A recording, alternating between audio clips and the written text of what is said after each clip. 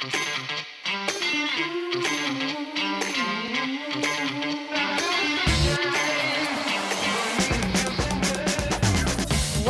to episode 14 of the Mile 20 podcast, where epic shit happens. I am Lorri, and I'm here with my bestie. Hello from on the other part of the country. Yes, so today we are flushing the format Down the toilet bowl. down the toilet bowl. We have the opportunity to interview Edith Zuschmann from the 261 Fearless Foundation today. So we are flushing the format. We do have our beverage of the week, a little comically. We're gonna skip our epic week update because we just recorded on Monday and we are recording now 3 days later on a Thursday afternoon. Yeah, we want to go and dedicate most of the time to the interview with Edith and really kind of get into it. Yeah, because I'm really excited to hear about their foundation. Agreed. And then we're going to tease next week's Newport Marathon. We're going to discuss that, which we also did in the 2018 season. Yeah, that one with was our buddy Julie. Huh? That one was a backbreaker. Yeah. More next week. And as always, we want to thank you guys for checking us out on all of our social media. Please follow along. We're YouTube, Instagram, Facebook, all Mile 20 podcasts. And, throw us a comment. We'd love to hear from you guys. So please show us some love. Subscribe. Yeah, and if there's stuff like, about, different states or just running tips, anything that you want to hear from us that we can go and incorporate into, our weekly dialogue, just throw it our way. We're game for anything. Absolutely. So moving on, I know we've already we're going to wait a little bit because we're waiting for Edith to join us, but let's talk about our beverage of the week. Yeah, we were going back and forth on, we're doing an interview. It's in the middle of the day. Is it unprofessional to have a beverage while, we're interviewing a CEO of a nonprofit? So we went with water. I even went so far as to still have my janky water bottle. Nice. I did in honor of Boston Marathon, which is coming up this Monday. I went with my Boston Marathon cup. So cheers, my friend, virtually. Cheers. Lorri is in Florida visiting her mama, and I am here still in Pennsylvania, not traveling. So yeah, yummy water. We're just hydrating today. Yes. But it feels more appropriate, It absolutely does. Going on. Absolutely does, my friend.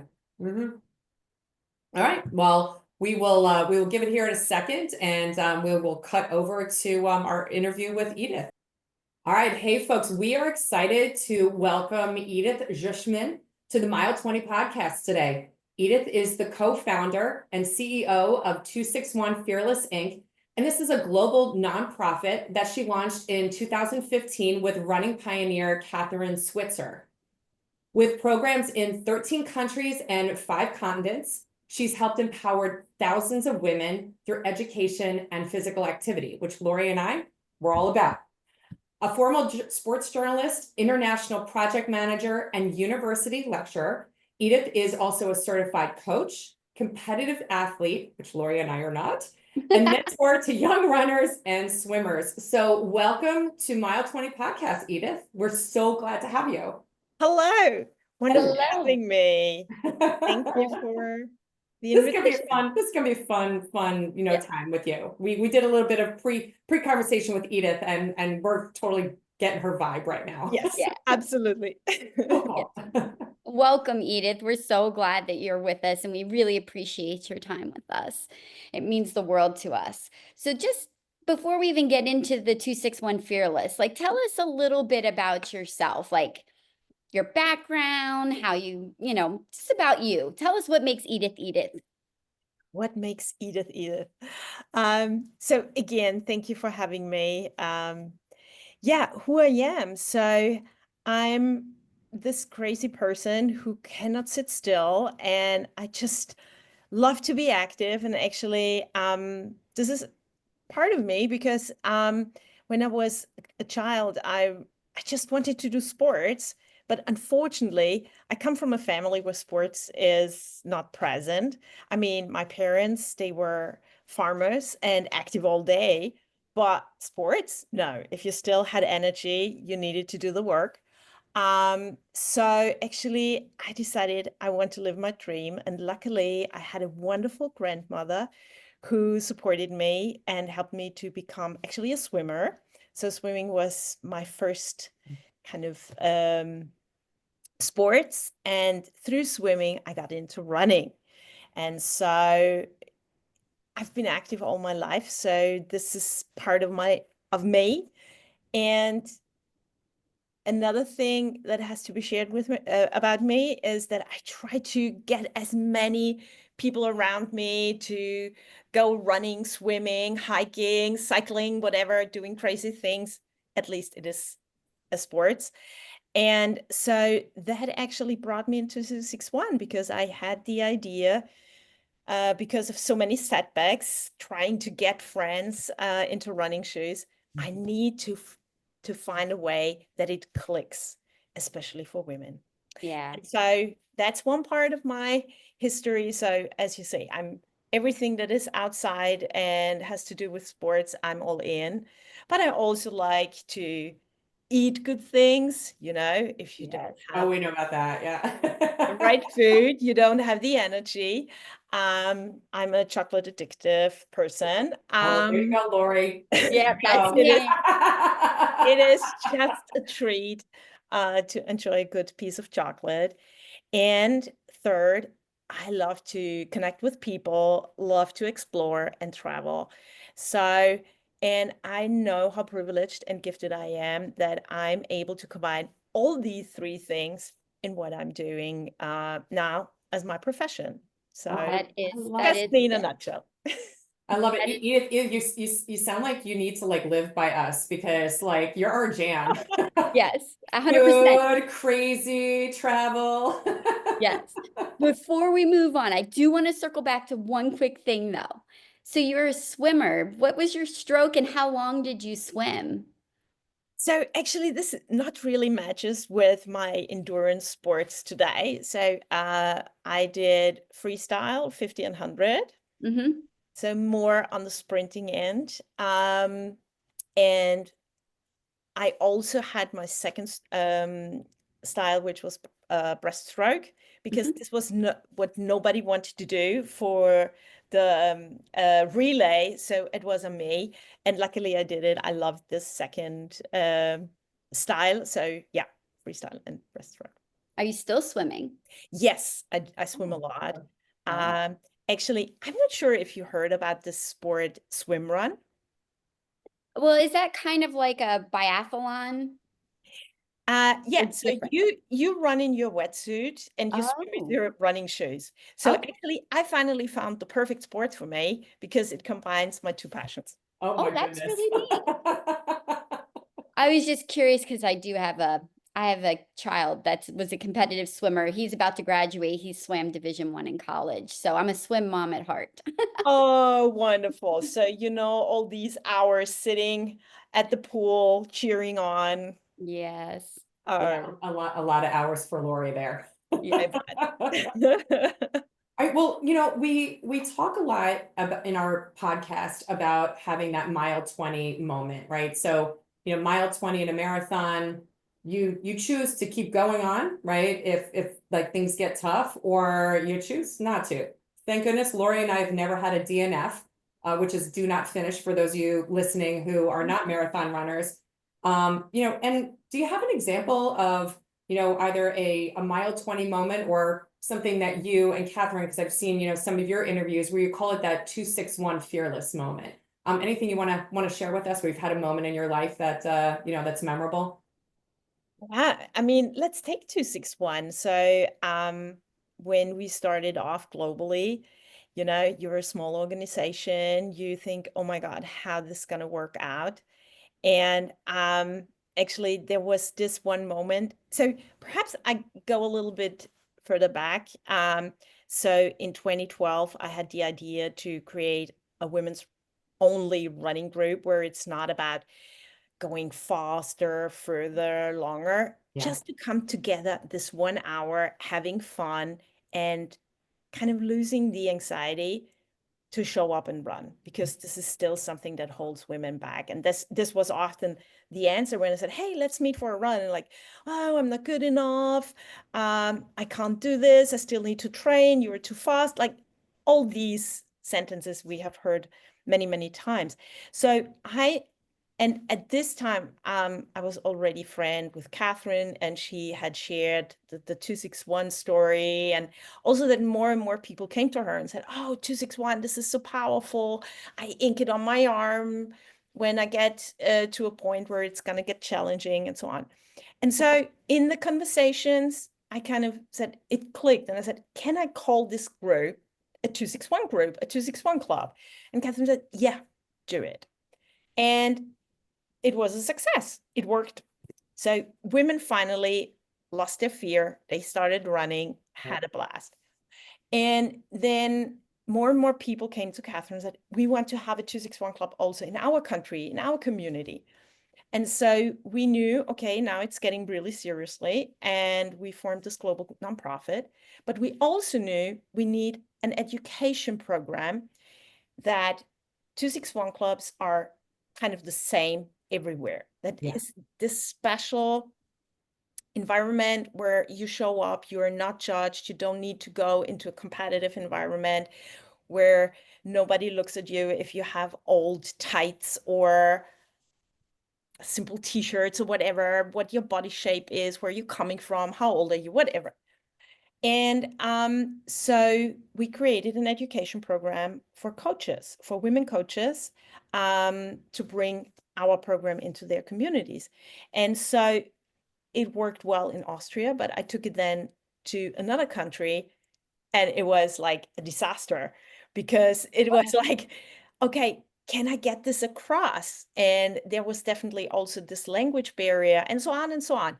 And so I got a lot of feedback, and I'm so grateful for this moment, because it made the program it is now a very high quality program that helps normal women to step up and become leaders, and also learn how to bring the running passion to their community, help women, and so on. And so this was a mile 20 or moment, because you come excited, hey, that's it. And then suddenly you run against the wall, you know? Yeah. No, this work, I don't understand this and that, da, da, da, da, da. And it's like you said, Laura, do I give up or do I move on? And sure, I decided to move on. I love it. I love it. And asked questions and grabbed feedback and really worked hard, almost a year. And then there it was. And suddenly it turned out to be a success. And since then, sure, we have developed it with an amazing team of men and women. I need to say that. And here we are in 25. So well, I love it that you chose to keep going on. And because otherwise we wouldn't be here, and you wouldn't, your organization wouldn't have been able to touch, right, so many lives, right, across the world. Which you think about, you know, what you just talked about, it's like, because you made that decision, right, to keep going on and take the feedback and do something with it. You know, there's so many more people that have been impacted as a result, which is awesome. That's just such a great example. It is. And mile 20 is a gift, because when you get out of this comfort zone, it's incredible what can arise out of this, you know, what you can take, what you can gain for your own personal experience, but also, I mean, this sweat, blood, and tears has the meaning, you know, because then you honor it much more than it just comes easy. I totally agree. I totally agree. So quick question, because you said you and Kathrine were already friends at the time. Like what, how did you guys meet to begin with? And like, what fostered your friendship? Like, what made you guys connect that you're like, oh, not only have I met you, but now we're connecting on a deeper level? So sure, it was running that brought us together. And what was it um, that it clicked? I think just having deep conversations and the passion for running, and also the desire to support women and girls. So that was one thing, but there was another thing, and this was journalism. Because, as you know, Kathrine was an amazing commentator on many world famous marathons, Yeah. an amazing writer and everything. And at that time, when I met her, I still had this dream, kind of to get into journalism, sports journalism, and she was a wonderful inspiration. So we exchanged a lot, and she shared her experiences and gave tips and so on. So this mentoring still means a lot to me, because then I really made this fearless step also to work as a sports journalist. And then at this time, she just published her book, uh, Marathon Woman. Woman? Yes. Yes. Yeah. And I read it and I loved it. And I said, I hey, loved it. why Shocking book. why is this book not available in German? And she said, well, find me a publisher. Said and done. So Oh, that's uh, awesome. I Fabulous. I just was bold and reached out to several publishers in Germany and Austria. And then I would say a year later, we proudly present her book in German at the Berlin Marathon. So many things where it clicked and where she was an incredible inspiration and mentor. But I think I also became a good sparring partner and peer to her with on many other aspects. And just she's such a lovely person. And yeah, the deep conversations on whatever, I think that is very special to our friendship. Oh, I love that. And it is a very, very special thing. I mean, Lorri and I feel this, we met later on in life as well, right? In 2014. And I can't remember life without having her as my friend, Oh, in it. And you complete me, Lorri. It's mutual. It's I know. 100% mutual. I know. And Edith, I love this story because, not only, did you develop your friendship kind of like through like a, through some work, but also through common interests. And then you both just let it evolve, right? Like over time. I actually had the opportunity to meet Kathrine. I was at a Women in Cable Telecommunications conference in New York City, and she was one of like 4 panelists, with Olympians and a couple other people. Mhm. And I still got goosebumps just thinking about it. Like, I was like, Kathrine Switzer is like on the stage. So I'm sitting with a bunch of my girlfriends and I'm like, I'm going to get up and like be a person that asks one of the questions, right? And I'm going through my head, like, what am I going to say? And so I did. I got up, in front of like, I don't know, it was like 1,000 people in the audience. And all I could, it wasn't really even a question. I just thanked her. I thanked her for being like 261 Fearless, right? For being a pioneer for us women, because it's enabled me and my bestie to be able to do something that has become kind of the core of our life. And as I was talking, I got like all welled up, like, and I'm not super emotional, like in that regard. So Kathrine was like, meet me in the back after we're done. And so I met her, I got her book, signed for both me and Lorri. I got it. She was Oh, absolutely just so accommodating. So I totally get just getting to know you, here, as well as, just getting a little glimpse in terms of like how Kathrine, connects with others. I get it. Totally get it. I think it's crazy because, like, I was born in 1973. And the fact that, like, to me, running a marathon, I mean, so many marathons now, over 50% of the field are women. yeah. And there's so many marathons in so many different markets that it's just incredible to me to think that she was just a pioneer that allowed her. I know there were others as well that, but just that moment, that 261 fearless moment that she had in 1967 at the Boston Marathon, which is coming up on Monday. So amazing, exciting. But yeah, the appreciation, and I guess it's real. kind of, it's Yeah. like living in the United States, knowing that you have a military that allows and affords you all these freedoms and, um, that the people that come before you that lay the groundwork that allow us to have the life we have today. And Kathrine is one of those people. Such a cool Yeah. thing. What a Yeah. mentor to have. Yeah. And actually Getting to her achievement is incredible. And we really need to make sure that we kind of not only keep it, but also move it forward.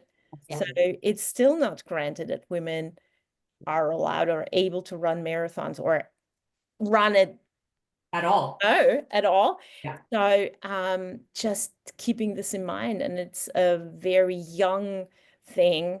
I mean, young it is in comparison to men or other things. So making sure that the next generations and also other cultures or societies have the opportunity, because it's actually human nature to run and then to think about, oh, somebody's not allowed to do it or can't do it, or actually don't give herself the permission to run.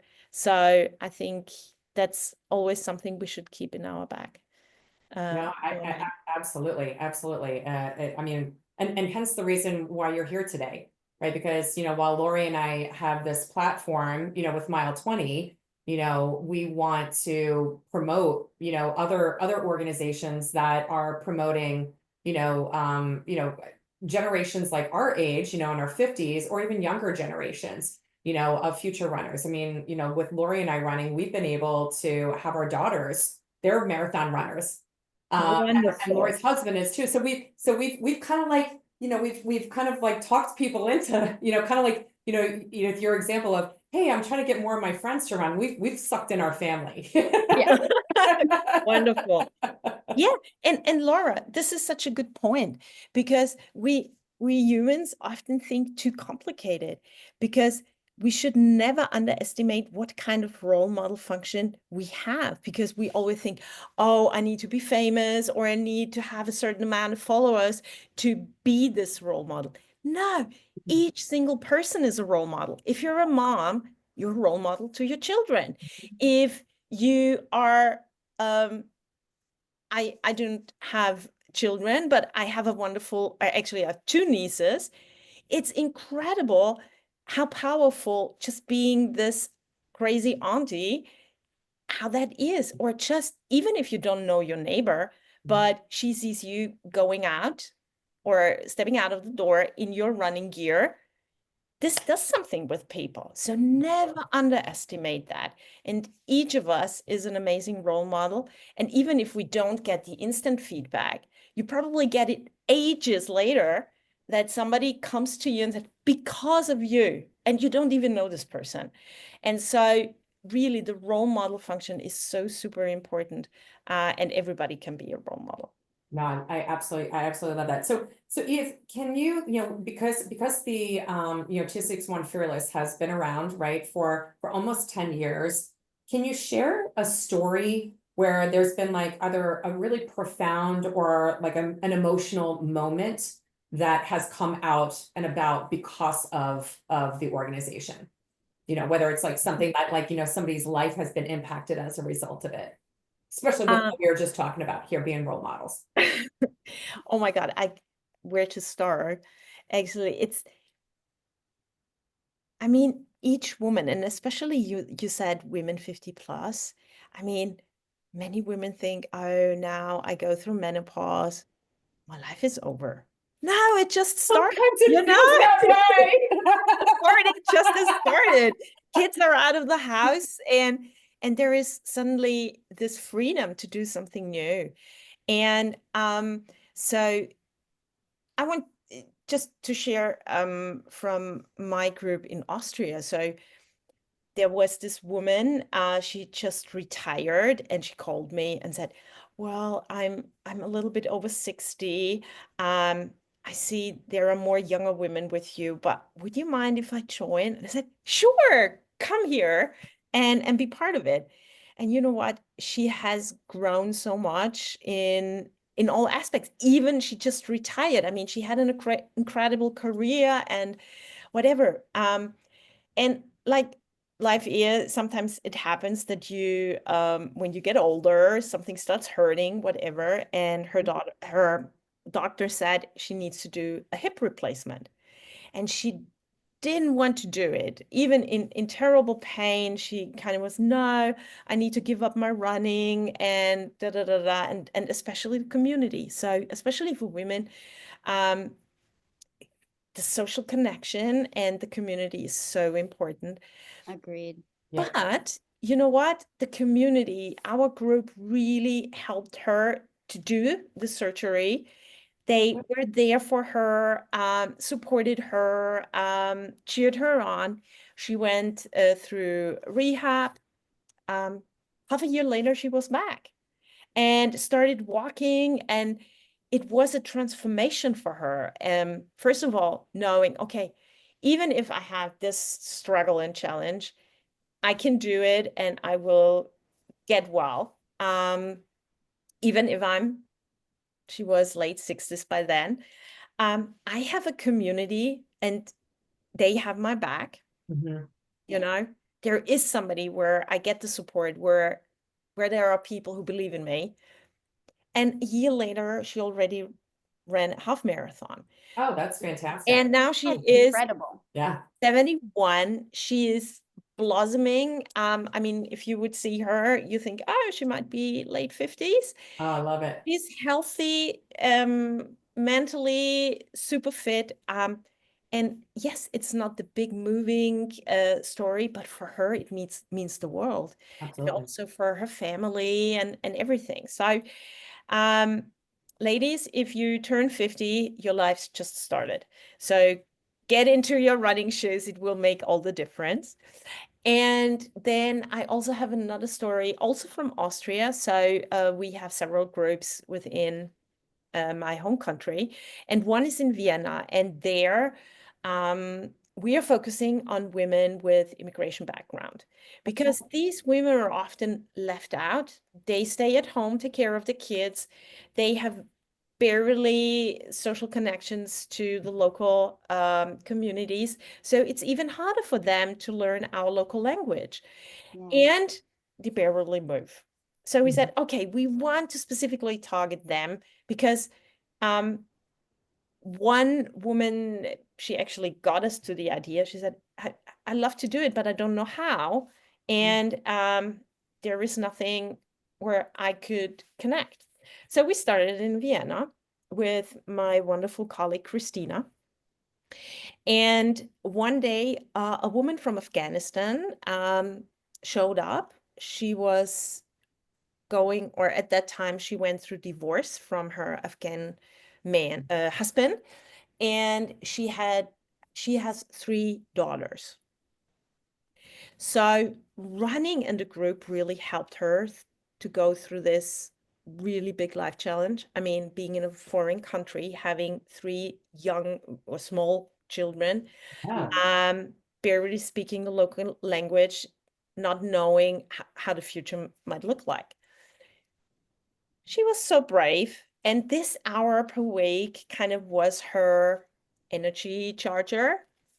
And also being connected with German-speaking people, she really took the chance to practice German. And she's now really speaking really well. She found her first job.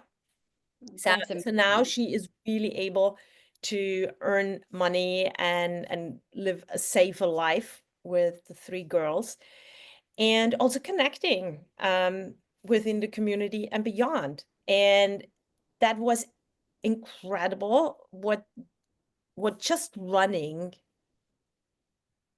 yeah, what kind of opportunities have came out of this. And so long story short, I said, wouldn't it be great also to offer an additional education? Because she's a natural leader. She's fearless. Okay. She's bold. She doesn't Absolutely. care. She just moves on. Yeah. Mile 20. Yeah. And so I said, do you want to become a 261 coach? And she was like, are you sure I can do that? I said, yes, I'm 100% sure. And so she took the opportunity, and here she is, That's awesome. a certified 261 coach, leading a group of diverse women in Vienna, doing this in German. It's incredible. It gives That is me, fantastic. it, I gi- love that story. I mean, it I gives love me that journey. it gives me goosebumps, and every time I see her, I hug her. It feels like 10,000 times, because she's Oh, such an inspiration. And running and also the 261 group made all the difference in her life. And she does the same in our lives. So I love it's that. not just a one way, it's like, And imagine, Edith, if going back to our early part of the conversation, had you not chosen to keep moving forward with, just a little bit of a setback, that might be a totally different situation for her, right? So it's one person at a time, to your point.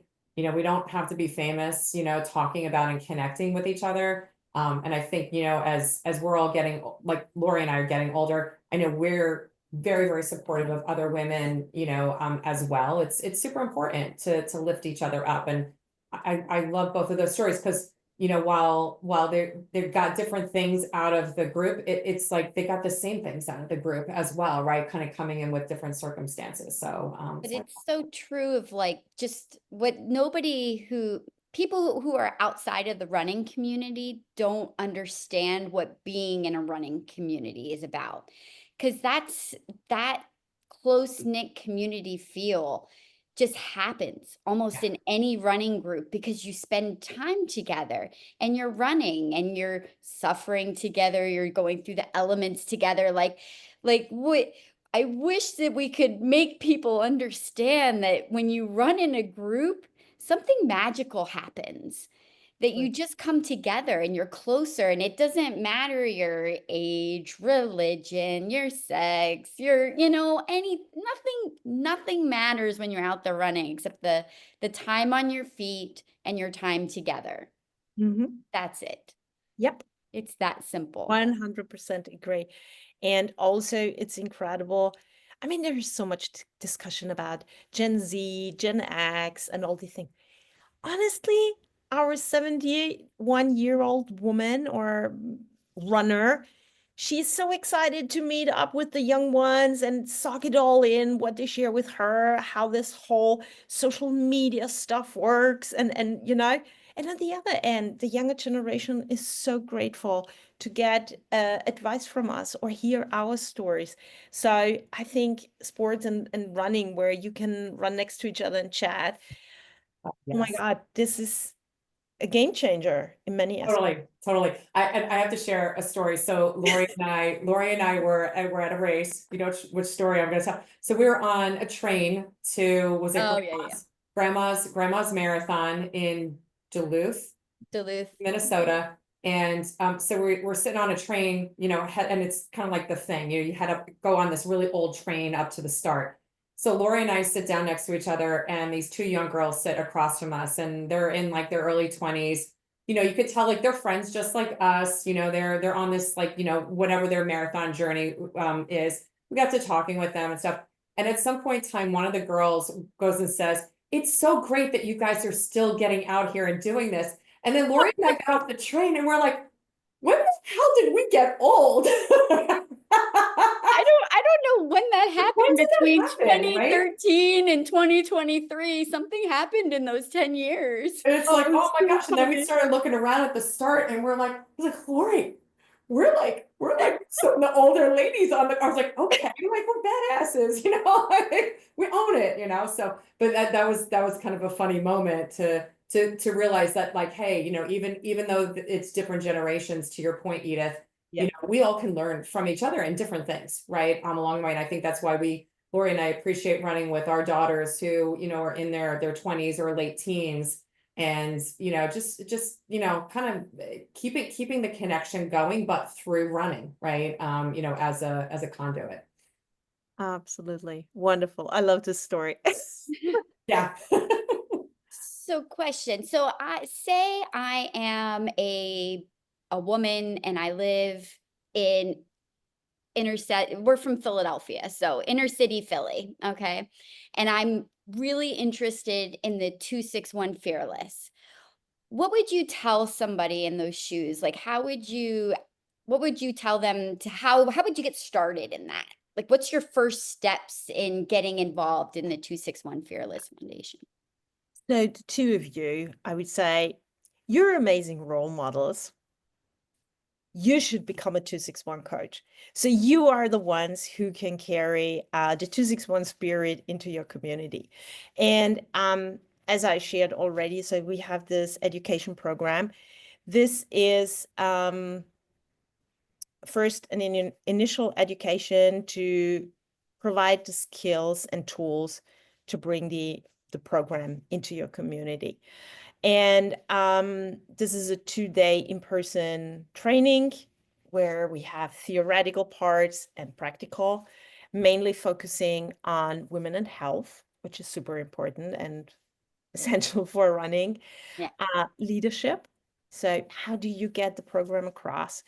And then also, how do you reach the women? So that's essential because our target group is a woman who is still anxious or kind of doubting herself.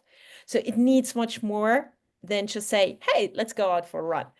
So these are theory-wise the important pillars, and then sure practical. How to execute the program, running technique, healthy running technique, super important, especially when you work with women who have no or very little running experience.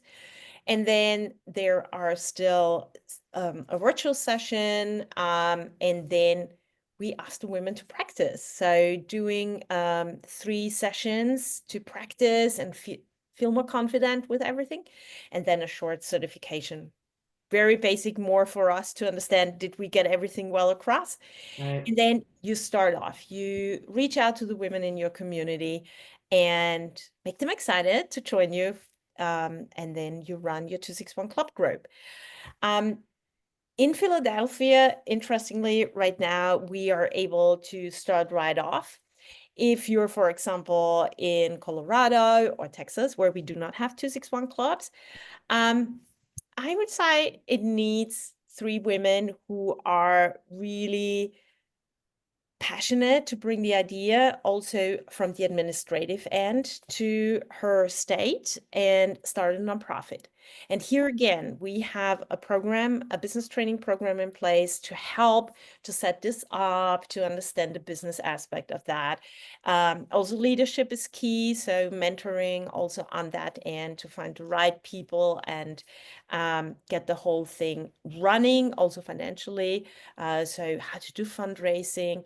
And the cool thing is, I mean, yes, it's a huge commitment and responsibility you take on, but it's a place where you can try things out and it's not so super serious like it would be if you start a for-profit business where you need to Yeah. get the money in.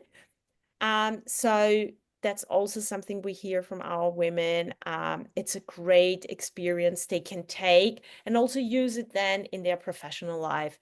So yeah, so these are the 2 options to start up with being a leader in your community, either as a coach or as a board member for a local nonprofit.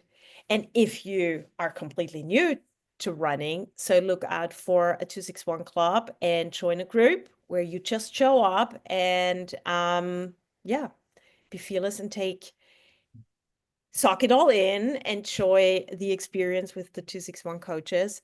It's always fun and it shouldn't be an obligation. It should be something that you enjoy. Give it a try, be fearless. So, and those who say, okay, I'm full into the marathon thing. So our organization is funded also partly through charity entries in major races. So you can apply to be part of one of our charity teams and raise money for 261.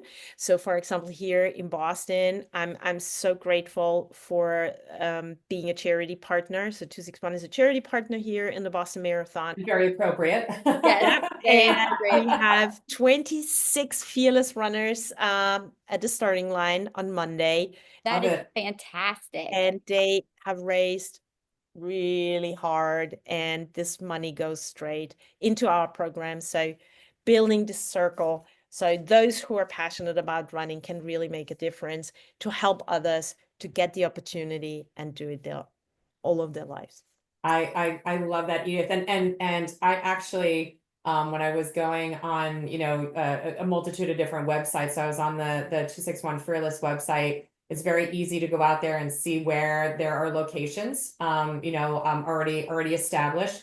And I actually signed up for a virtual event at the end of April just to get some more information about, starting chapters and so forth. So it's a virtual event, and I was like, hey, like, let me learn some more about it. And You didn't tell me this, oh, Laura. I'm telling you now. Love it. Send Yes. you the Now link, I dude. feel like I gotta sign up I'll now. send you the link. Yeah, so we do regularly free, completely commitment-free virtual sessions Yeah. where you can learn more about how to set up a club or how to become a coach. So just sign up. So there is no obligation to go further if it's not for you. But Yeah, if that's you're that's why I signed up. I really was like, let me learn more. perfect. That's where we're having the conversation, right? And because it is all about like how do you pay it forward, right? Running has been a So true. blessing to both Lori and I, and it's just how do we continue to go and pay it forward, like one person at a time, right? Yeah. So all right, so you've run the Boston Marathon before, Edith? You want to know the truth? Yes No. or no? No? No, I haven't. No So judgment here. No. no, actually, Oh, I girl, you gotta did run it the at least Boston. once. This is my eighth Boston Marathon weekend, but I was always in the background supporting our amazing charity runners, cheering them on, giving Yeah. them a lifetime experience. So we have a lot going on here, from internal meetings with the team, some official gatherings. We have a panel at the expo, Yeah, I would imagine. Yeah, just and the so role on. that you play there. Yeah. You gotta be in official business mode Yeah, versus like but a participant. Yeah. believe me, seeing the runners out there is such an inspiration, and so I would love to do it one day, but it Do should it. Do be it. Do Yes, it. Do something it. you need to do it. private. Do Yes. it. Because I tell you what, Lori and I, like we said earlier, we are not fast runners at No. all. And so Lori in 2017 was able to go and get a bib through John Hancock, which was the sponsor at the time. Mhm. And she calls me and I'm in a supermarket and she's like, I got a bib to Boston. I'm like, dude, like friends don't let friends run Boston by themselves. So I did fundraising through another organization in order to go and get my bib. And I tell you what, like it was just the most incredible, just from like the whole weekend. I mean, Yeah. all the support that you give your runners, like it is just a vibe in the city, and like the whole city rallies around this race. We're so proud to go and hold it. And I mean, Lori and I had an absolute blast. We cried Whatever. like babies come across that damn finish line. Oh yeah. And one of our favorite moments of like the race was there was a gentleman was he from Brazil? From Brazil, yes. He was from Brazil, and you could tell just kind of by his body type, he's a competitive runner. Like Yeah. clearly just know. qualified. Like you could just tell. He was running back with us at the In the back back of of the the pack. pack with his flag. He was high-fiving everybody, hugging people, like just He was taking No. beverages from people too. I mean, he was just taking the whole experience in, and I just think it's just such an incredible race. And I know there's a lot of emphasis on the competitive nature of Boston because it is so fabulous. And one of the things, because we did do a a podcast episode already about our Boston experience. And we just encourage people, like, you should not be afraid of the time standard or feel like you have to qualify to run Boston. Like, if you can and you have that ability to do that, which I don't think I could. I mean, my fastest marathon that I booked it through is a 4:46. So dropping another hour from there, I don't think is within the realm of possibility for me. But I'm like, you need to be able, like, just run it, raise the money and run it. Nobody should be afraid of what the outcome is or the times or anything like that. Because man, that feeling that you get, even if you're running a 5K, because I remember my 5K feeling felt just as good as when I came across, the Boston Marathon finish line, but never in my wildest dreams did I ever think that me personally, that I would ever run Boston Marathon, much less come across the finish line with my best friend. And and it just, I don't We know, wept like every race babies. is different for us. And just that sense of like, I am a freaking badass because like I just went and did that and don't mess with me. It's definitely that's I love it. and it's the same thing when you go on a run, right? In a running group like 261, where somebody who might not have ever even run a mile and they run a mile and they go home and all day long they're feeling like a badass because like I can do Yeah. anything. I ran a mile today, right? You nailed it. And Yeah. that's what it is about. It doesn't, and often people ask me, am I a runner if I can only run a K? Yes. Even if you Absolutely. only run 500 meters, you're a runner. You Yeah. shouldn't judge on you on kind of time or distance. It's just the act. And this makes all the difference because you might go, or you might be able to go a K today, but next week you might go like a mile and so on. So just the opportunity when you run to build your confidence and recognizing what you're able to do and Yeah. you can achieve is just magical.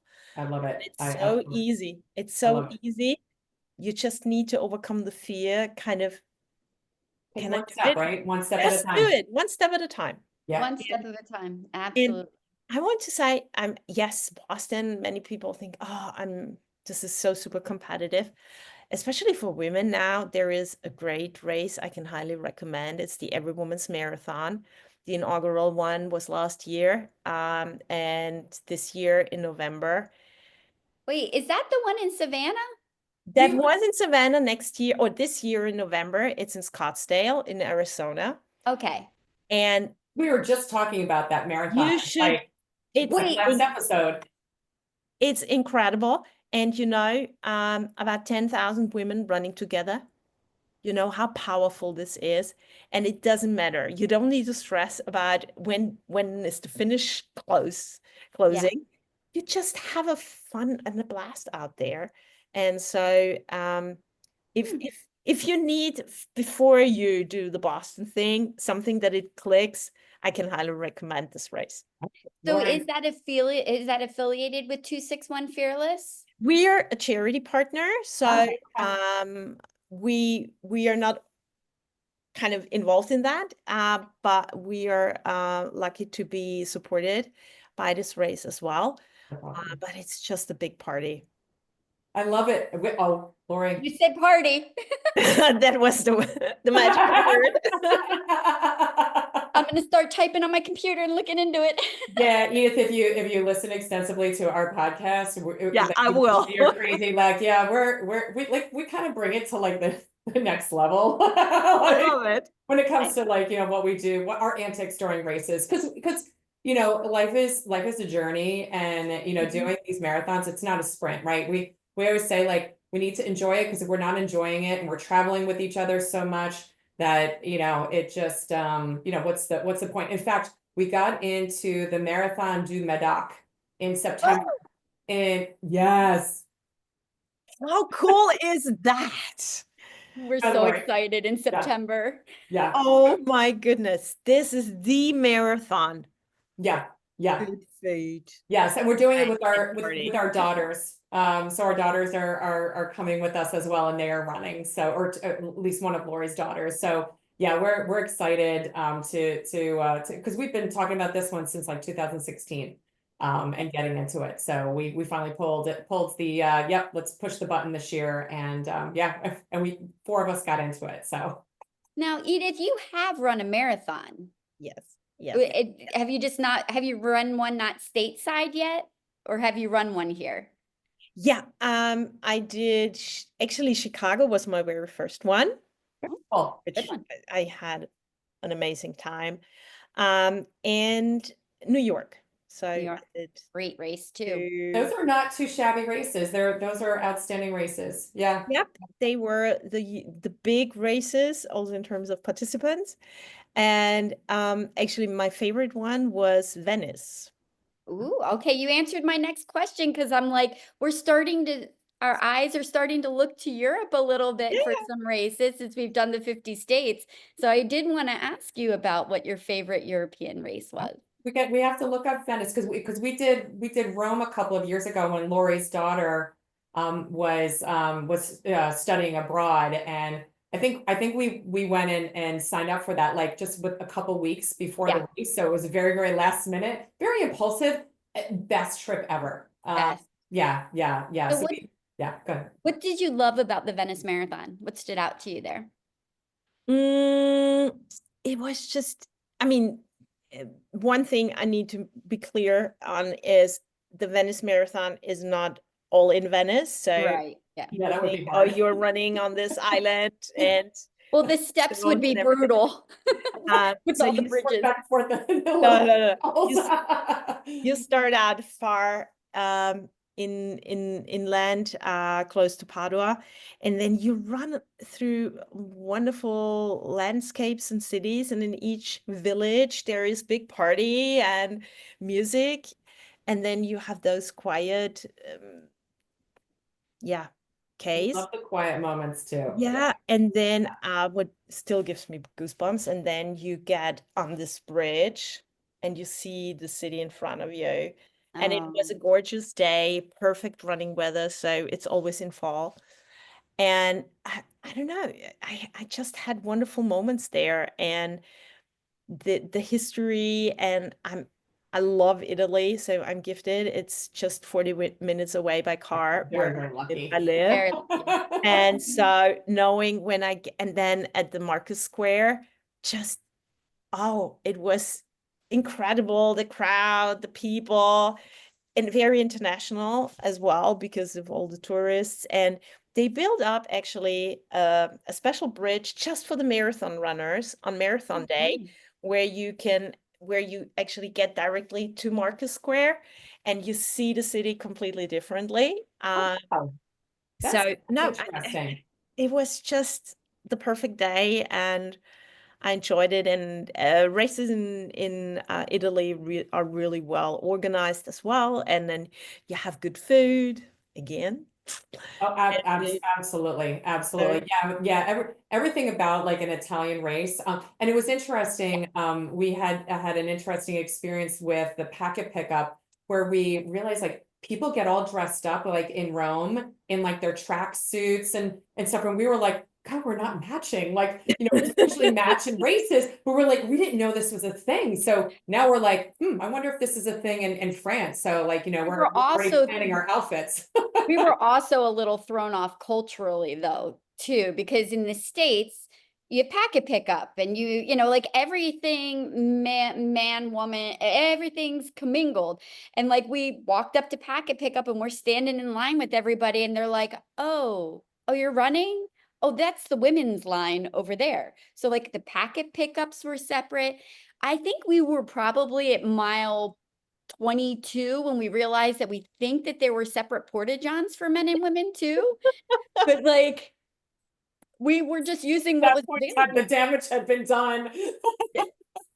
Yeah. So I mean, it was kind of culturally a little different. I probably should have done a little bit more investigating into that, but I was going in an ignorant American, I guess, and not doing my I think we got homework. the full experience though. Yeah. Well, Edith, is there anything else that we didn't touch on that you would want to go and just, kind of some last parting words about 261 Fearless that maybe we didn't cover down on as we had Absolutely fantastic conversation. And I kind of wish you were closer to us because you sound like you'd be a fun time and we'd get along with you just Yeah, I think so. If you ever want to run the Philly Marathon, you've got to email a call. Right in our backyard, right in our Yeah. backyard. Absolutely. I will. No, I think we would have a lot of fun in the backpack. For sure. And the longer the race, the better, because we have more time for that. Well, yeah, I can just invite all women, and don't think about age or body shape or ability to join us. I mean, there are so many options. And I can just say, first of all, thank you for kind of encouraging and inspiring people and women to run and don't care about all these stereotypes and so on. But I also want to get one important message, or actually two. One, dear women, really take care of yourself and give you the permission to run and give it a try. So don't let others judge on you. Just drive your own car and give it a try. It's so much fun, and you will get so much out of it. So just be fearless, even if it sounds scary or you feel like I do not belong, you belong. Yeah. That's number one. And second, dear man listening to this amazing podcast, this is not about excluding you. We invite you to be our allies and support us, because your wife or your daughter or your mom, they need you and your support to have this wonderful running journey. And so allyship is so super important. You will get double things back, because when you have a good mood from your wife or your daughter, you have just a better relationship, to be honest. Absolutely. Please, Yeah, we can please, attest to that. please be our allies and enjoy also this journey. And to enjoy a journey together is so much fun and just brings a lot of life into your life. So, and also a big thanks to all the guys who have already encouraged their daughters, moms, wives to run. Thank you for that. And I can just say, equality and equity just happens together rather than being separate in our bubbles. Agree. Well said. I think Laura and I got very lucky on the husband scales because our men are very, very supportive of us, which is Wonderful. Supportive. couldn't Very have happened without them. Yeah, Right. absolutely. I think that's a very important message to get across, because yes, we're a women's organization. We empower women through running and education, but this won't be possible without the whole population. So true. Well, thank you so much, Edith. We really appreciate your time with us today. Sure. Thank you. Thank you for this wonderful, funny conversation. Love it. Love it. And you rock, and good luck to all the runners and Yeah. just all the activities that you have, at Boston. We'll be rooting on for you guys. Yes, we are cheering on your team on Monday for sure. Thank you. Thank you so much for having me. And yeah, looking forward to running with you soon. Yay. Bye. Thanks, Edith. Bye. So, hey, Laura, that was an awesome interview with Edith, wasn't it? She was really awesome to go and get to know. She is amazing. Yeah, I want to so take her up on that winery trip, man. I was like, wait a minute. You said your parents were farmers, and I'm like, wait, yeah, it's a winery. You had me at hello. yes, so true. No, we're very, very lucky to have gotten a little piece of her time, while she's at the Boston Marathon. So again, we crushed the format, this week, but we're gonna go back into our normal format for next week. So episode 15, we are going to talk about the Amica Newport Marathon, which took place in Rhode Island, and we got some kind of stories, from Rhode Island. At least I do. It was a journey. It was a journey. It was definitely a journey. So it was memorable. Yes, that is a great way of putting that, my friend. Sometimes the marathons aren't memorable, but This one was memorable. This one was memorable. Yeah. So hopefully y'all enjoyed, again, our little change in format today, and the little gift that this interview gave us and a little insight into the 261 Fearless organization, as well as now our new friend Edith, and just what a dynamic and inspirational woman she is. So again, thanks folks for joining us this week on Mile 20. Now go make it your bitch. Peace out.